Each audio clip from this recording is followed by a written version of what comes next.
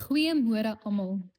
Hierdie Sondag wat kom, vier mense reg oor die wêreld Goeie Herder Sondag. Deur die loop van hierdie week gaan ek dus 'n paar teksgedeeltes saam met julle lees waar ons lees van God en Jesus wat ons herder is. Vanoggend begin ek dan deur vir ons Psalm 23 te lees. 'n Psalm van Dawid. Die Here is my herder. Ek kom niks kort nie. Hy laat my rus in groen weivelde. Hy bring my by waters waar daar vrede is. Hy gee my nuwe krag. Hy lei my op die regte paaie, tot die eer van sy naam. Selfs al gaan ek deur donker dieptes, sal ek nie bang wees nie, want U is by my. In U hande is ek veilig. U laat my by 'n feesmaal aansit, terwyl my teestanders moet toekyk. U ontvang my soos 'n eregas.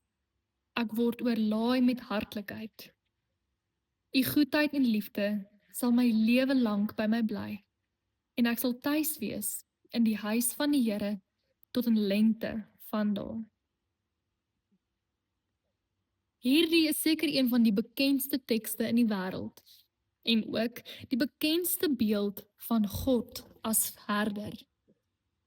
Nou wat vir my besonder uitstaan in hierdie Psalm, is dat die psalmskrywer nie net God beskryf as 'n herder nie, maar as my herder. Dit is vir hom ten diepste 'n persoonlike verhouding. En as ons dan nou kyk na die werk van 'n herder, dan is dit daar ook waar. 'n Herder of skaapwagter ken sy skape persoonlik. Hy weet wanneer hulle kos nodig het, wanneer hulle moeg is en moet rus. Hy lei hulle oral heen en hulle luister. Net so is God ook. God werk nie op 'n afstand nie.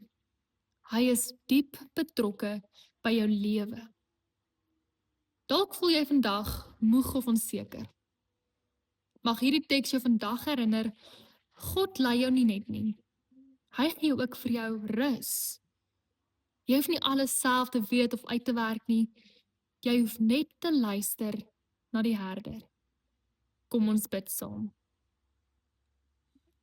Here, ons herder, dankie dat U ons ken en ons lei. Dankie dat ons nie alleen is op ons pad nie. Help ons vandag om U stem te vertrou en U leiding te volg. Gee vir ons rus waar ons moeg is en vrede waar ons onrustig is. Amen.